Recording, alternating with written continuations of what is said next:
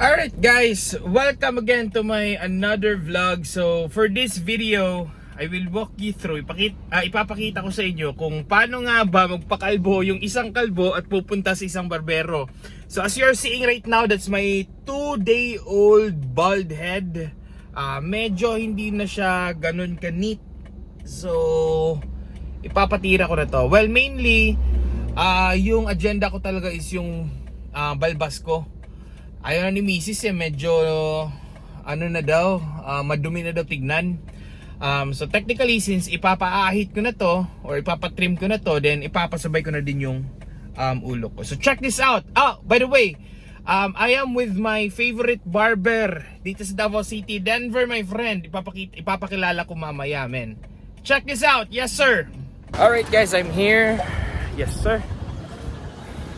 Ayan ito. Yes, my friend! King's Barbershop. Yeah. Say entrada there. My friend, Denver. Kani i-post again ako ni Ber. Hindi pwede din ma-post, Ber. Late ko, guys. So, pakita lang ako daan akong 2-day-old balding head.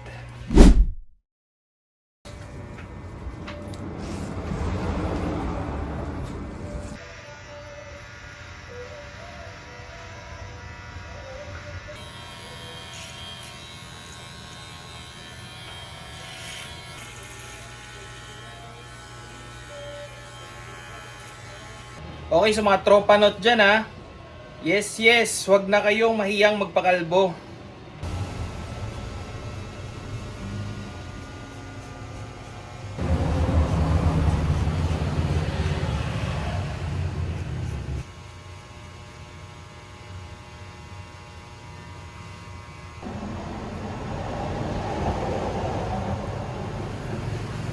Okay guys, declined.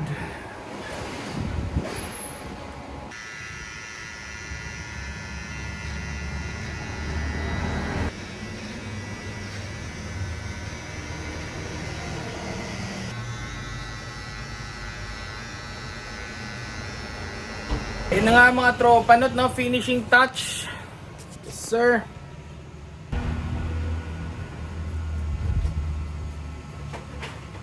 Lilinisan na lang yun. Papakita ko yung final results. Yes, sir.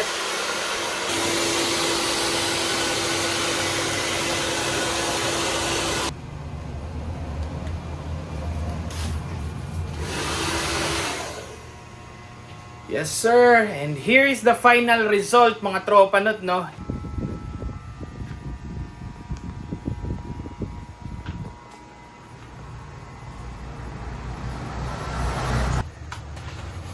Boss Denver, King's Barber, my friend. Ito yung literal na bald, tapos faded. Good job. Alright guys, thank you so much for watching this video. I hope you've enjoyed it.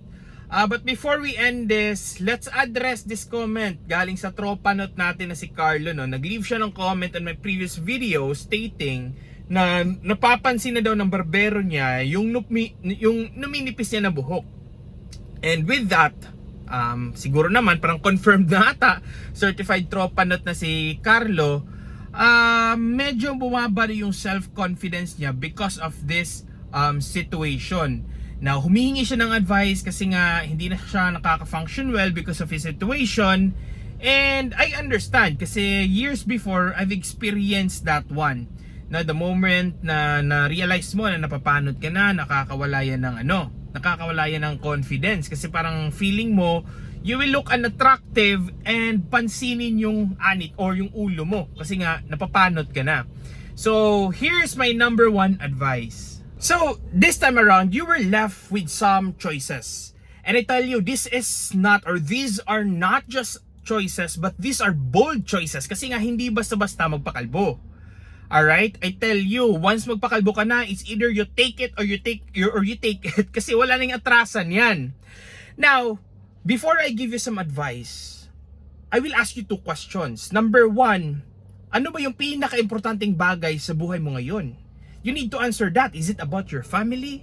Is it about your friend, your relationship, your status? Is it about God or whatnot? Kailangan mo ansiran yan, kapatid. Because sometimes our motivation depends on that. Second one, para kanino ka bumabangon? No? On the other question, kung iibahin natin yung question, who are you pleasing? No, because nagdedepende din kasi dyan eh. Kung, yung inner motivation natin in life, pag nakita mo yung someone na to, nahihiya ka, kasi ayaw mo mapansin niya na napapanot ka na. Or hindi mo na ma-please yung isang tao kasi nga napapanot ka na. So you really need to assess these two questions. You need to contemplate on it and be honest with yourself. So again, it's really not easy to have this kind of transition in your life, especially sa ating mga lalaki, no, that we consider our hair as our crowning glory. But then and again, I'm going to stress this out, that our value as a man is not dependent on our hair. So if you're watching this and if you're if you are getting value out of this video, I encourage you to share this video, like this video, and subscribe to my YouTube channel para mas mapalugupan natin yung channel natin na mas marami pa tayong matulungan ng mga tropa not na nanonood. So once again, this is your tropa not Allen, Davao City reppin'. Yes sir.